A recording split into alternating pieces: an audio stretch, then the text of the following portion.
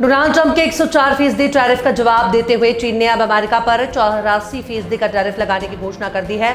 America और चीन के ट्रेड वॉर ने एक नया मोड़ ले लिया है। बीजिंग ने अमेरिका के खिलाफ जवाबी कार्रवाई करते हुए अमेरिकी सामानों पर 84% का अतिरिक्त टैरिफ लगाने का ऐलान कर दिया है। राहुल गांधी ने कहा कि तेलंगाना में जाति जनगणना करके हमने एक क्रांतिकारी कदम उठाया है। उन्होंने कहा कि हमें यह पता लगाना था कि इस देश में किसकी कितनी भागीदारी है। मैंने संसद में पीएम मोदी से कहा कि आप जाति जनगणना कराइए। देश को मालूम होना चाहिए कि दलित कितने हैं, पिछड़े कितने हैं, गरीब जनरल वर्ग के कितने लोग हैं। मध्य प्रदेश मंत्रिमंडल ने रजिस्टर्ड गौशालाओं को दी जाने वाली सरकारी सहायता को 20 रुपए प्रति पशु प्रति दिन से दोगुना कर 40 रुपए करने के प्रस्ताव को मंगलवार को मंजूरी दे दी है। इसके साथ ही मंत्रिमंडल ने निराश्रित गायों को समस्या के समाधान के लिए नीति को भी मंजूरी दी है। अप्रैल की शुरुआत में ही पूरा मध्य प्रदेश प्रचंड गर्मी की चपेट में है। भीषण गर्मी ने लोगों को बेहाल कर दिया है। प्रदेश में अप्रैल महीने में तेज गर्मी ने बीते 5 सालों का रिकॉर्ड तोड़ दिया। वहीं अब मध्य प्रदेश में गर्मी का रिकॉर्ड टूट रहा है।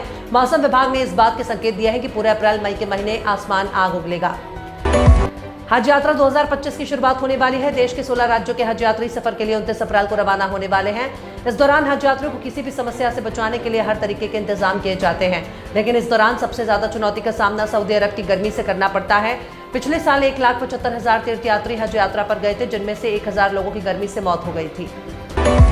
उत्तर प्रदेश के मुख्यमंत्री योगी आदित्यनाथ ने राजकर्मियों को बड़ा तोहफा दिया है। सीएम योगी द्वारा राज्य कर्मचारियों के महंगाई भत्ते में 2% की वृद्धि की स्वीकृति मिली है। योगी सरकार के इस फैसले से सीधे 16 लाख राज्य कर्मचारियों को लाभ मिलेगा। 1 जनवरी 2025 से बढ़े हुए महंगाई भत्ते को स्वीकृति मिली है। अब सरकार ने डिजिटल सुविधा और बेहतर प्राइवेसी का फायदा देने के लिए नया आधार ऐप लॉन्च किया है। ऐप फिलहाल टेस्टिंग फेज में है और इसके लॉन्च के बाद फिजिकल आधार कार्ड या फिर उसकी फोटोकॉपी की जरूरत खत्म हो जाएगी। घरेलू रसोई गैस सिलेंडर की कीमत में 50 रुपए की बढ़ोतरी के बाद कांग्रेस ने केंद्र की मोदी सरकार को आड़े हाथों लिया है। चंडीगढ़ प्रदेश कांग्रेस कमेटी के अध्यक्ष लकी ने कहा कि यह बढ़ोतरी आम आदमी पर सीधा वार है और इससे गरीब, मजदूर और मध्यम वर्गीय परिवारों की रसोई एक बार फिर संकट में आ गई है। अयोध्या में राम मंदिर में अगले महीने राम दरबार स्थापित किया जाएगा, जिसे श्रद्धालुओं के लिए 6 जून से खोला जाएगा। हालांकि ये प्राण प्रतिष्ठा समारोह जैसा नहीं होगा। मंदिर निर्माण समिति के प्रमुख नृपेंद्र मिश्र ने ये जानकारी दी है। यह आयोजन 2020 में शुरू हुए मंदिर निर्माण के पूरा होने से भी जुड़ा है।